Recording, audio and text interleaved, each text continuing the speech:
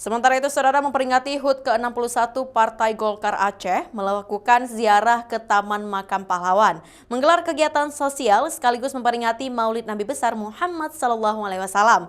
Momen HUT kali ini juga menegaskan kembali komitmen partai berlambang pohon beringin itu untuk terus mendukung pemerintahan Prabowo Subianto dan pemerintahan Aceh di bawah kepemimpinan Mualim dan Dekfat.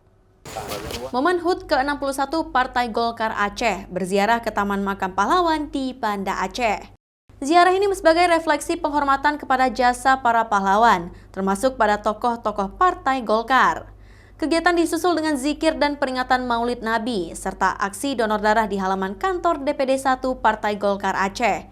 Ada juga penyerahan santunan kepada 61 anak yatim. Ketua DPD 1 Partai Golkar, TM Nurlif, menyampaikan HUT partai menjadi momen introspeksi dan memperbaiki diri, serta menjadi partai terbuka baik kritik maupun masukan dari masyarakat. Partai berlambang pohon beringin itu juga berkomitmen mendukung program pemerintahan Presiden Prabowo dan pemerintahan Aceh di bawah kepemimpinan Mualim. Ini dalam rangka memperkuat silaturahim, dalam rangka memperkuat ukhuwah Islamiyah, sekaligus menegaskan bahwa Golkar ini milik rakyat. Suara rakyat, suara Golkar.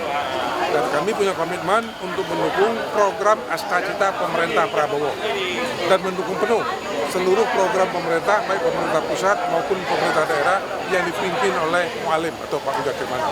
Kami komit untuk itu. Dan kami merasa bahwa hari ulang tahun ini juga mempererat hubungan kami dengan rakyat. Dan kami mendukung pemerintah untuk mencapai apa yang menjadi tujuan pemerintah untuk membangun negeri. HUT Partai Golkar ke-61 turut dihadiri oleh Wali Nanggro Aceh, para pimpinan Partai Golkar, perwakilan dari partai lain, sesepuh Partai Golkar, anggota DPRA dan DPRK dari fraksi Partai Golkar, hingga kader dan masyarakat yang ikut merayakan HUT Partai Golkar ke-61. Mustajab, Kompas TV, Banda Aceh.